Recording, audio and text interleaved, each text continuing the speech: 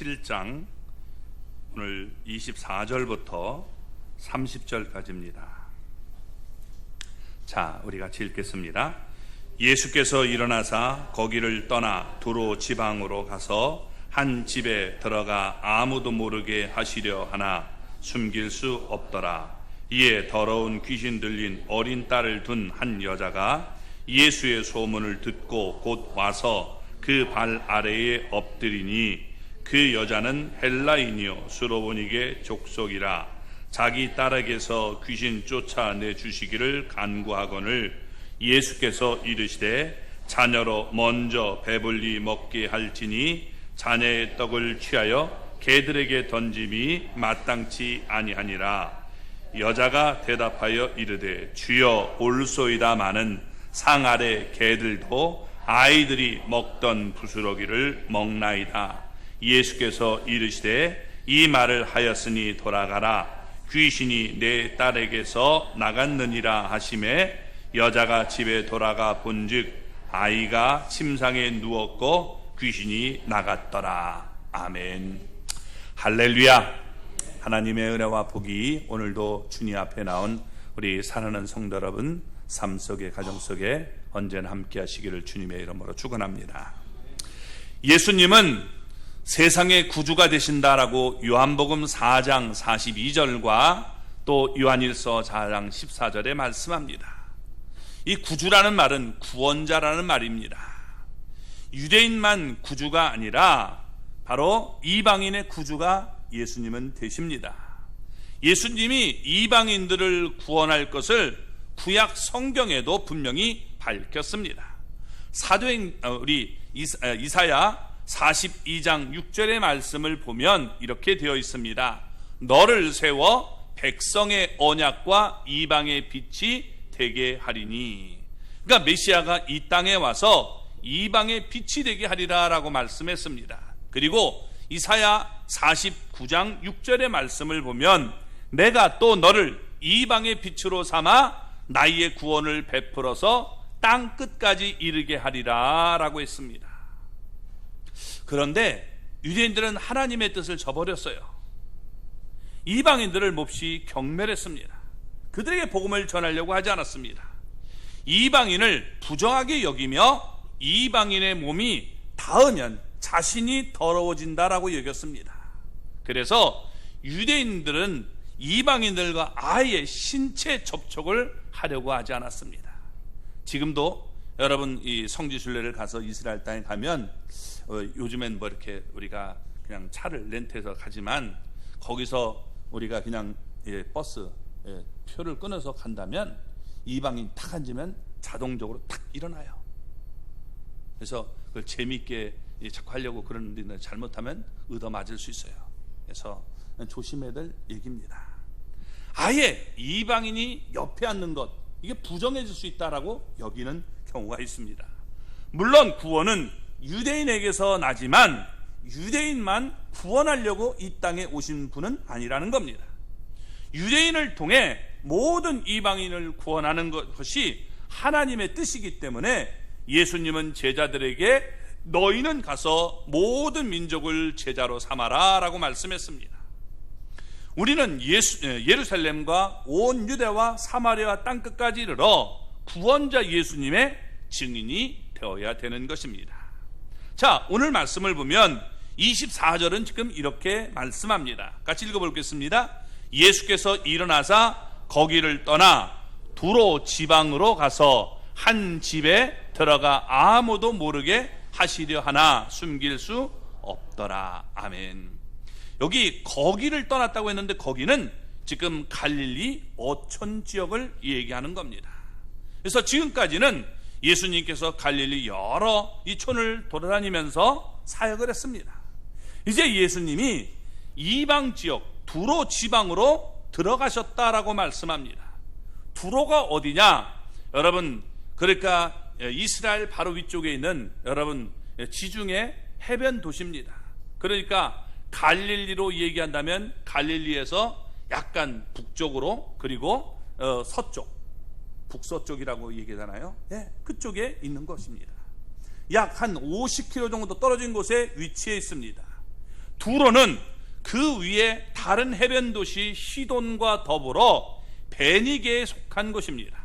베니게는 우리가 역사에서는 페니키아라고 우리가 배웠는데 지금의 레바논 지역을 얘기하고 있는 것입니다. 그래서 우리 7장 31절을 보면 예수님은 두로와 시돈으로 갔습니다.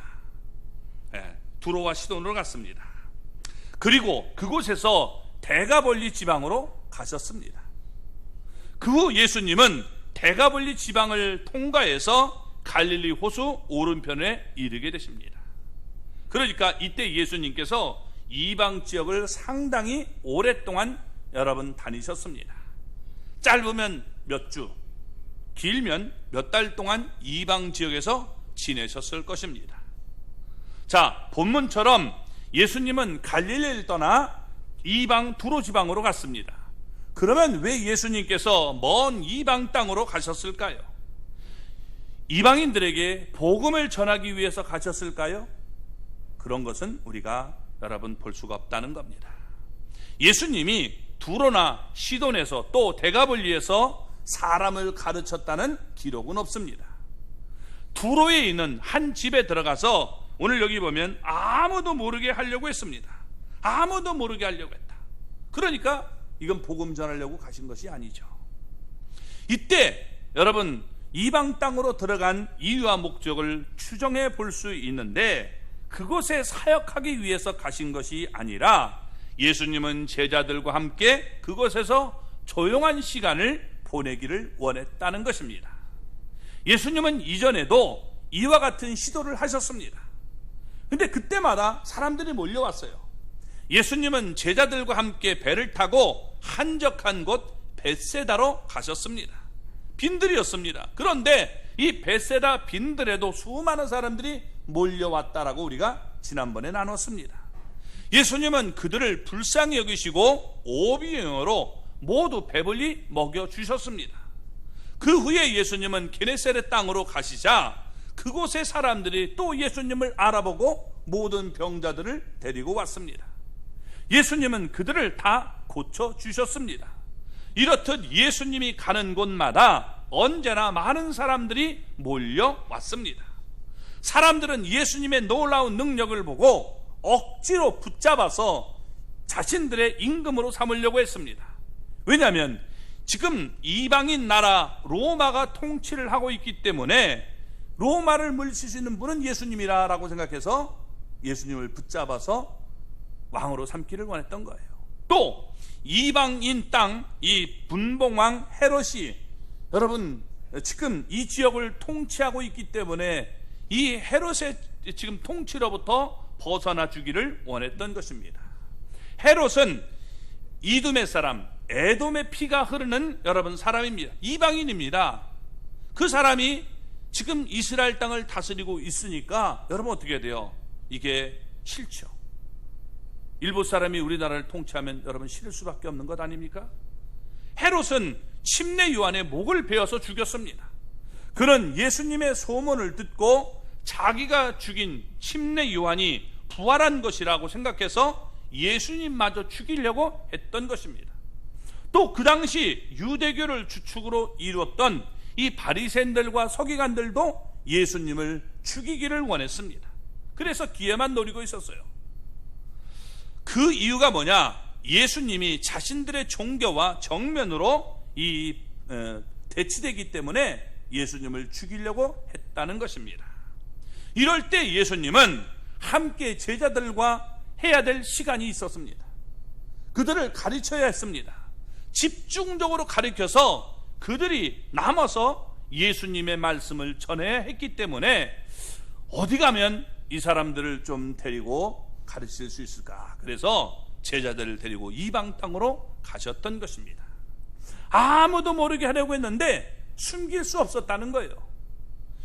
유대인들이 여러분 두로와 이 지금 시돈 그쪽에 있을 때 두로 사람들에게 눈에 띄는 것은 당연할 겁니다. 한 무리가 여러분 오면 어떻게 돼요? 이게 저 사람이 수상하다 이렇게 알 수 있지 않습니까? 그래서 여러분 어떻게 돼요? 예수님이라는 사실을 알게 되고 많은 사람들이 예수님께 몰려오게 된 것입니다. 이미 예수님의 소문은 두로 지방에도 널리 퍼져 있었던 것입니다. 그래서 여러분, 본문에 지금 이 여자도 예수님에 대한 소문을 알고 있었던 것입니다. 왜냐하면 여러분, 우리 마가복음 3장 8절을 보면 유대와 예루살렘과 이두메와 요단강 건너편과 또 두로와 시돈 근처에서 많은 무리가 그가 하신 큰 일을 듣고 나오는지라 라고 말했습니다. 그러니까 예수님의 소문을 듣고 그 당시에 많은 사람들이 예수님 앞에 몰려왔단 말이에요. 그러니까 아마 이때 본문의 여인도 지금 예수님 앞에 나왔을 수 있어요. 만약에 나오지 못했다면 그때 이 갔던 사람에게 예수님에 대한 소문을 분명히 들었을 것입니다. 그렇기 때문에 나왔던 거죠. 자, 그곳에서 예수님의 가르침도 들었고 능력도 보았을 것입니다. 마태복음 15장 22절의 말씀처럼 예수님이 다윗의 자손으로 오실 그리스도라는 사실을 알았을 것입니다. 그런데 뜻밖에도 그런 예수님이 자기의 살고 있는 지방으로 왔다는 소식을 듣고 야, 이게 웬일이냐 이러고 얼른 예수님께 찾아오게 된 것입니다. 자, 그러면서 이제 오늘 본문의 내용이 나타나고 있는 겁니다. 25절 26절 말씀을 읽어볼까요? 이에 더러운 귀신 들린 어린 딸을 둔 한 여자가 예수의 소문을 듣고 곧 와서 그 발 아래에 엎드리니 그 여자는 헬라인이요 수로보니게 족속이라 자기 딸에게서 귀신 쫓아내 주시기를 간구하거늘. 아멘. 자, 그 여자는 더러운 귀신 들린 어린 딸이 있었다는 거예요. 더러운 귀신은 말 그대로 그 어린 여자아이에게 온갖 더럽고 악한 짓을 했을 것입니다. 그 여자는 예수님의 소문을 듣고 와서 예수님의 발 앞에 엎드렸습니다. 이것은 예수님을 경배했다는 얘기입니다. 회당장 야이로가 예수님 앞에 예수님 발 아래 엎드린 적이 있었죠. 이게 마가복음 5장 20절에서 나왔던 얘기입니다. 자, 회당장 야이로는 유대인이고 그 여자는 헬라인입니다. 이들이 다 예수님 앞에 엎드렸던 거예요. 이건 경배한다는 거예요. 사람 앞에 우리가 엎드리지 않아요, 유대인들은요. 그래서 베드로에게도 여러분 사람들이 엎드리니까 어떻게 돼요? 내가 사람이다, 나한테 엎드리면 안 된다 라고 얘기하지 않습니까? 알렉산더가 이 세상을 제패한 이래 헬라 문화가 온 세상에 지금 꽃을 피우게 되었습니다. 그래서 성경은 종종 이방인을 헬라인으로 표현하고 있다는 거예요. 그 예로 이 신약 성경에도 헬라어로 기록이 되어 있습니다. 그래서 그 당시에 여러분 헬라 문화가 최고였기 때문에 이 헬라어로 지금 성경을 기록했던 거예요. 요즘이 이 영어가 대세이기 때문에 영어를 알아야 되듯이 그 당시에는 헬라어를 알아야 됐던 겁니다. 로마서 1장 16절을 보면 이렇게 말합니다. 먼저는 유대인에게요 그리고 헬라인에게로다 라고 말씀했습니다. 헬라인은 이방인을 말하는데 성경에서 유대인과 헬라인을 이렇게 대조해서 사용할 때 헬라인은 유대인을 제외한 모든 이방인 전체를 얘기할 때 헬라인으로 표현하고 있는 겁니다. 자, 그 여인은 이방인이었습니다. 그 중에 이 수로보니게 족속이었습니다. 수로보니게는 수로와 보니게를 합친 단어입니다. 수로가 어디냐? 여러분, 수리아를 의미하는 겁니다. 수리아 들어봤죠? 수리아는 학교 다닐 때. 그리고 보니게는 베니게, 여러분 그 얘기하는 겁니다. 페니키아를 얘기하고 있는 거예요. 그래서 이 두로는 베니게에 속한 도시입니다. 그런데 로마가 베니게를 점령하고 난 다음에 이 베니게보다 더 넓은 지역인 수리아에 이게 속하게 된 거예요. 하나를 통합해서 생겨난 말이 뭐냐면 그냥 수로보니게라는 말이 탄생하게 된 겁니다. 그래서 여러분 이렇게 지금 수로보니게라는 말이 나오게 된 겁니다. 마태복음 15장 22절을 보면 이 여자를 가나안 여자라고 불렀습니다. 근데 가나안 여인인데 이 사람을 헬라인이다라고 하는 것은 이 이방인이었다는 것을 얘기해 주고 있는 겁니다. 자, 유대인 회당장 야이로도 또 헬라인 수로보니게 이 족속의 여자도 예수님의 발 앞에 엎드렸습니다. 이것은 예수님이 하나님이시고 세상의 구주가 되시기 때문에 유대인이나 헬라인이나 모두 예수님에게 엎드려 경배하는 것이 마땅함을 보여주고 있는 것입니다. 그 여자가 지금 예수님께 경배하면서 자기 딸에게서 귀신을, 아주 악한 이 귀신을 내쫓아 주기를 간구했던 것입니다. 그 여자는 자기의 족속대로 여러분 대대로 믿어온 신들이 있었습니다. 가나안이니까 가나안 땅의 신들이 뭡니까? 우리가 잘 아는 신이죠. 바알, 그리고 아세라, 또 아사롯, 이런 신들이 있었습니다. 이런 신들에게 간구를 해봤지만 아무 소용이 없었어요. 그래서 이 여자는 과거에 헛된 이 우상들을 다 버리고 살아계시고 참되신 하나님, 그 하나님 앞에, 예수님 앞에 나와서 경배하며 간구하는 모습을 보여주고 있는 것입니다. 여기서 간구했다는 이 단어가 미알려형이에요. 그래서 무슨 말이냐, 헬라에서 미알려형은 반복적이고 또 우리가 계속되는 형태를 얘기하는 겁니다. 그러니까 반복해서 계속 예수님 앞에 지금 내 딸 좀 고쳐주세요, 내 딸 좀 고쳐주세요, 네 하면서 계속 얘기했다는 거예요. 자, 이렇게 계속되는 간구에도 예수님이 한 말씀도 하지 않습니다. 마태복음엔 병행구절은 그렇게 나와요. 한 말씀도 하지 않아요. 그러니까 제자들은 예수님께 그 여자에게 대답을 좀 해서 빨리 이 돌려보내기를 좋겠다라고 얘기합니다. 그때 예수님께서 그 여자에게 대답을 하는 장면이 오늘 나와 있는 거예요. 지금까지 아무 말씀하시다가 입을 열어서 말씀하시는데, 여러분 지금 이 말씀이 그녀의 마음을 굉장히 괴롭힐 수 있는 마음입니다. 그리고 먼저 우리가 생각해 볼 것은, 왜 예수님께서 이 여인이 그렇게 지금 간구하고 있는데 예수님께서 왜 대답을 안 하실까요? 예수님께서 사랑이 부족했기 때문도 아니고 능력이 없기 때문에도 아닙니다. 고칠 수 있는 능력이 없기 때문에 그렇게 모르는 척 한 것이 아니에요. 여기에는 예수님의 의도가 있었다는 겁니다. 뭐냐? 그 여자의 믿음을 견고하게 하려고 하는 그런 예수님의 의도가 있어서 지금 예수님이 아무 말도 하지 않고 있었던 거예요. 그러다가 이제 예수님이 하시는 말씀이 27절의 말씀입니다. 같이 읽어보겠습니다. 예수께서 이르시되 자녀로 먼저 배불리 먹게 할지니 자녀의 떡을 취하여 개들에게 던짐이 마땅치 아니하니라. 아멘. 자, 예수님은 여기서 비유를 하나 들어서 말씀을 하십니다. 예수님이 그 여자의 간구를 매정하게 아주 거절하는 것처럼 보일 수 있는 말씀입니다. 여기서 지금 개라고 얘기를 합니다. 개라는 말은 유대인들이 이방인들을 경멸할 때 부르는 말입니다. 개. 이 얼마나 여러분 자존심 상하는 말입니까? 유대인들이 여러분 자기들은 하나님의 자녀고 이방인들은 개와 같이 더럽고 부정하다라고 여겼습니다. 지금은 개가 우상인데, 네, 그래서 막 개를 굉장히 막 이게 뽀뽀하고 막 이러고 막 어쩔 수 없는데, 여러분 이 개는 그 당시에 더럽고 부정하다 여겼던 거예요. 지금 생각하지 마세요. 왜 개가 이렇게 좋은데 그렇게 하면 안 됩니다. 자, 수로보니게 여자가 간구할 때 예수님은 한 말씀도 하지 않았단 말이에요. 그러다가 이제 예수님께서 하시는데 개라는 단어를 사용함으로 이방인 여자가 모욕감을 느낄 수 있었던 겁니다. 예수님은 그 여자를 구현할 지금 의향이 없는 것처럼 비춰질 수 있다는 겁니다.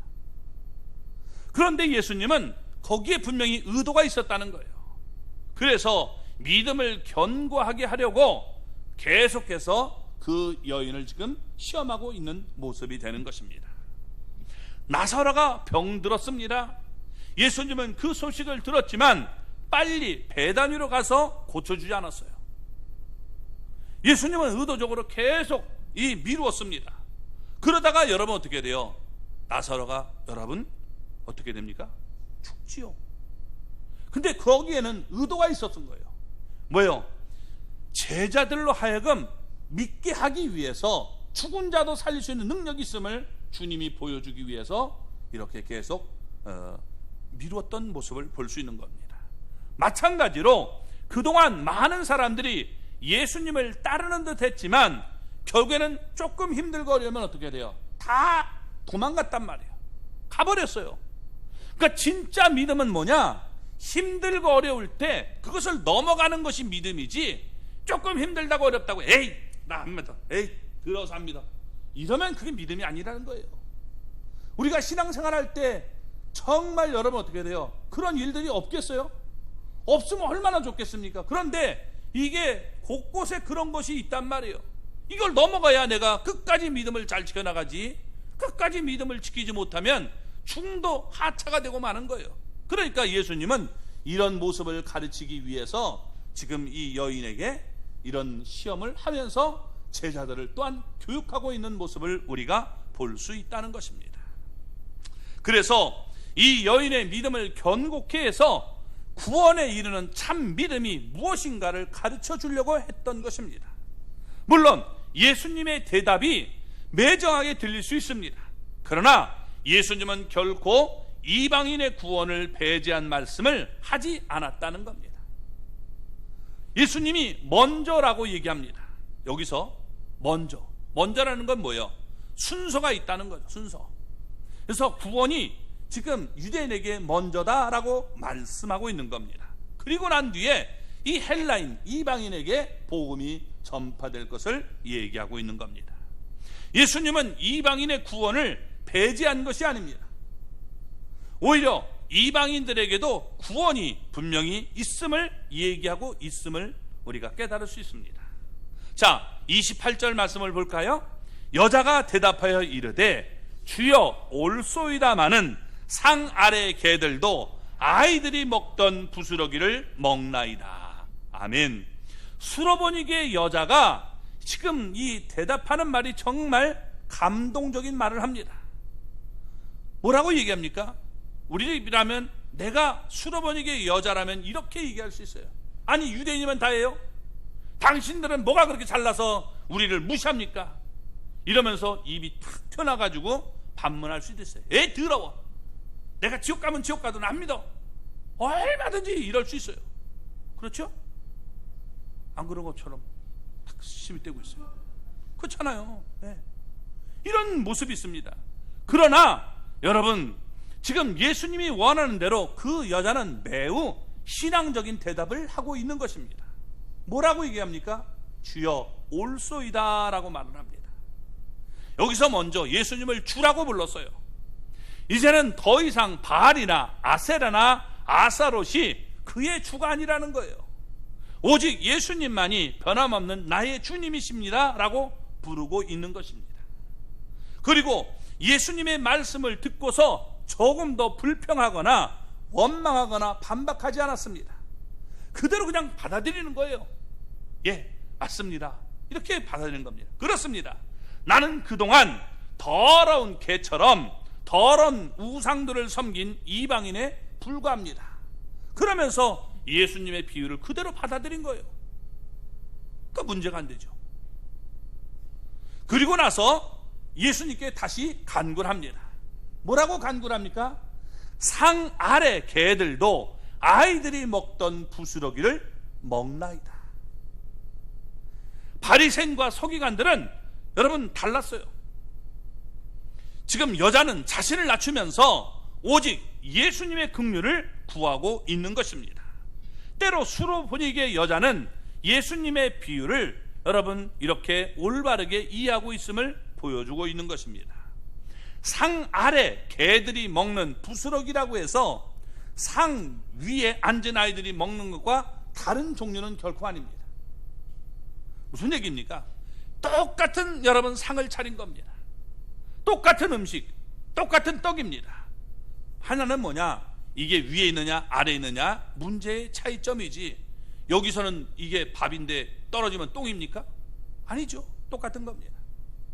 예수님이든 유대인이든 이방인이든 하나님의 계시는 모두가 똑같은 거예요.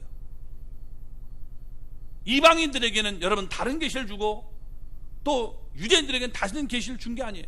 똑같은 계시입니다. 믿음의 대상도 마찬가지예요. 구원의 길도 똑같은 겁니다. 이단들은 여러분 얘기하기를 뭐라고요? 시대마다 구원자가 달랐다는 거예요. 그렇게 얘기하는 놈은 이단이에요. 이단. 성경이 어디가 여러분 그렇습니까? 우리에게 예수님 위에 구원자가 없어요. 구약시대는 뭘로 구원받았어요? 짐승의 피로 구원받았어요? 아니에요. 그건 착각이에요. 그렇게 대답하면 땡이에요. 그건 그림자예요. 그림자. 실체는 뭐예요? 예수님이에요. 이 히브리서에 얘기하고 있는 거예요. 그 모형일 뿐이에요. 그러니까 우리가 여러분 구약시대는 짐승의 피로 구원받은 것이 결코 아닙니다. 그거 뭐예요? 그건 상징적인 것이고 우리에게 여러분 예수님을 믿는 믿음으로 우리가 구원받는 거예요. 그것 외에는 없는 거예요. 아멘. 그래서 여러분 예수님 외에는 다른 이로서는 구원을 받을 수 없다 분명히 성경은 말씀하고 있습니다. 바로 이러한 사실을 이해했기 때문에 그 여자는 계속해서 예수님에게 간구를 하고 있는 것입니다. 상에서 떨어지는 것도 먹지 않습니까?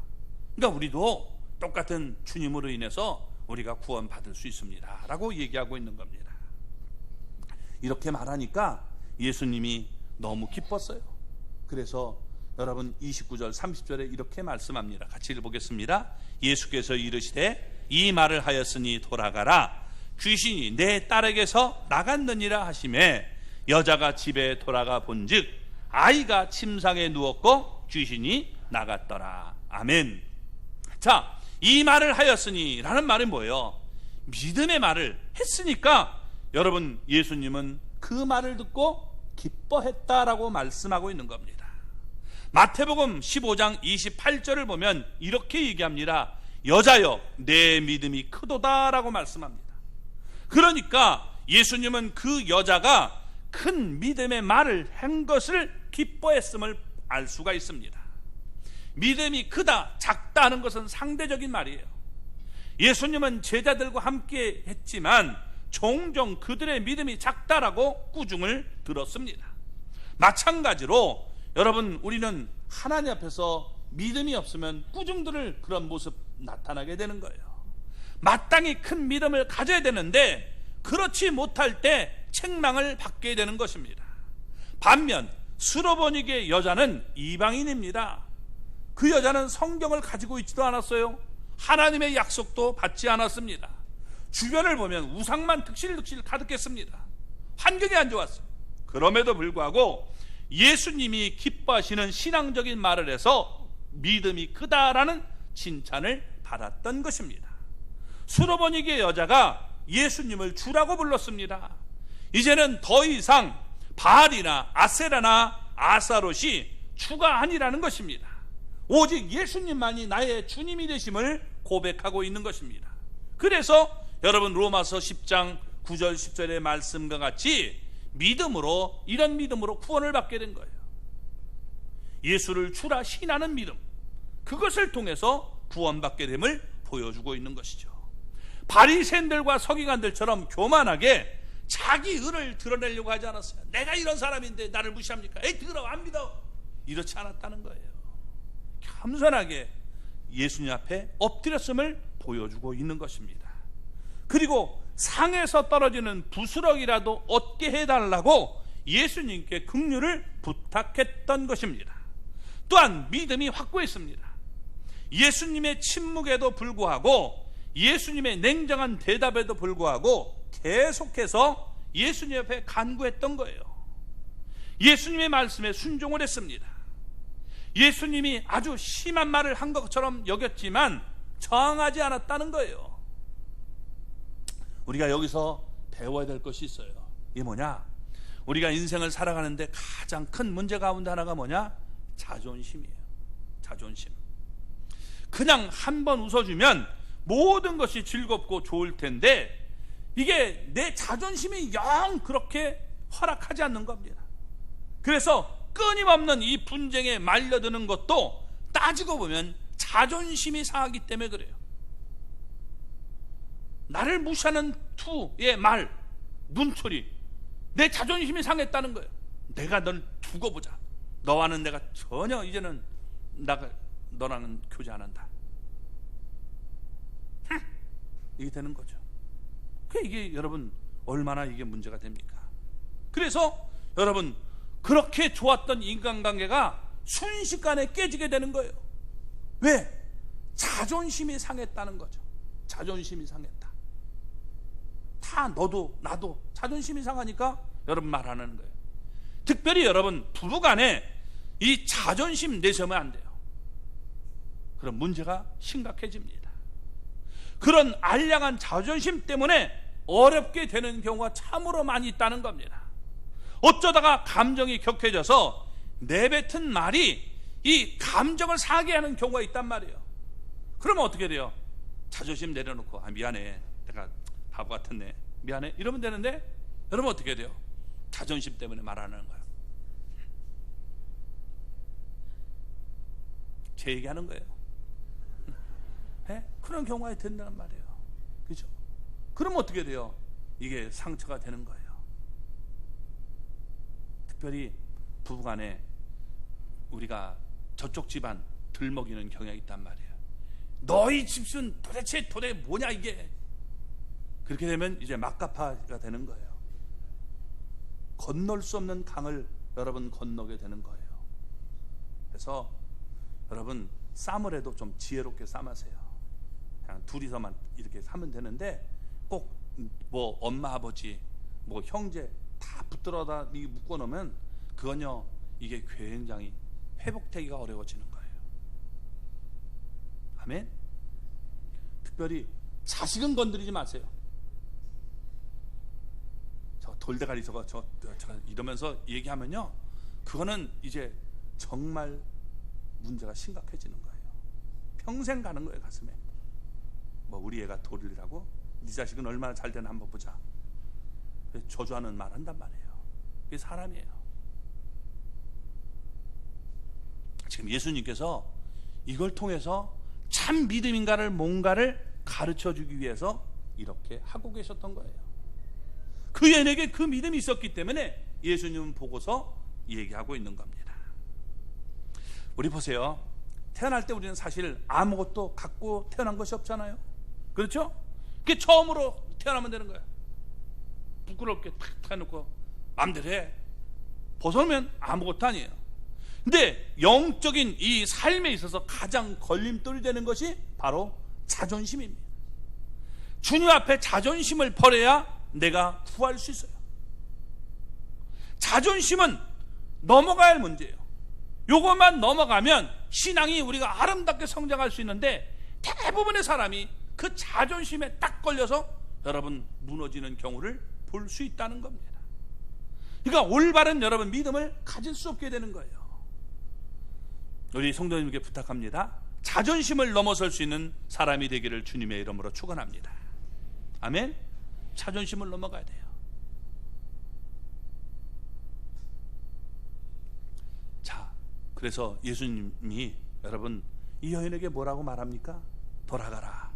귀신이 내 딸에게서 나갔느니라 라고 말씀합니다.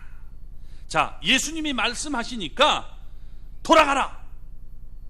귀신이 내 딸에게서 나갔느니라. 이 말씀이 끝나자마자 여러분 어떻게 해요? 순종하고 자기 집으로 돌아갑니다. 아니 어떻게 알아요? 이런 말 하지 않았어요. 그죠? 뻥이죠. 요즘 애들 잘 쓰는 말로. 이거 갔다가 이거 없으면 곤란하지 않습니까? 이런 말 하지 않고 믿고 여러분 돌아갔던 거예요. 이렇게 수로보니게 여자는 이방인이었지만 예수님을 믿었습니다. 겸손히 예수님만 의지했습니다. 그러니까 여러분 어떻게 돼요? 믿고 돌아갈 수 있었던 것입니다. 이와 같은 믿음을 보고 예수님은 칭찬하지 않을 수가 없었던 거예요. 내 믿음이 크도다라고 칭찬했던 것입니다. 그래서 예수님은 수로보니게 여자의 간구를 들어주었던 것입니다. 돌아가라. 귀신이 내 딸에게서 나갔느니라 라고 말씀했던 겁니다. 그러니까 이 수로보니게 여자가 구하는 것을 받았던 것입니다. 찾는 것을 찾아냈고 두드렸던 것이 열리는 역사가 일어나게 된 것입니다. 수로보니게 여자는 예수님의 말씀을 듣고 집으로 갔어요. 왜? 믿었기 때문에 갈 수 있었던 거예요.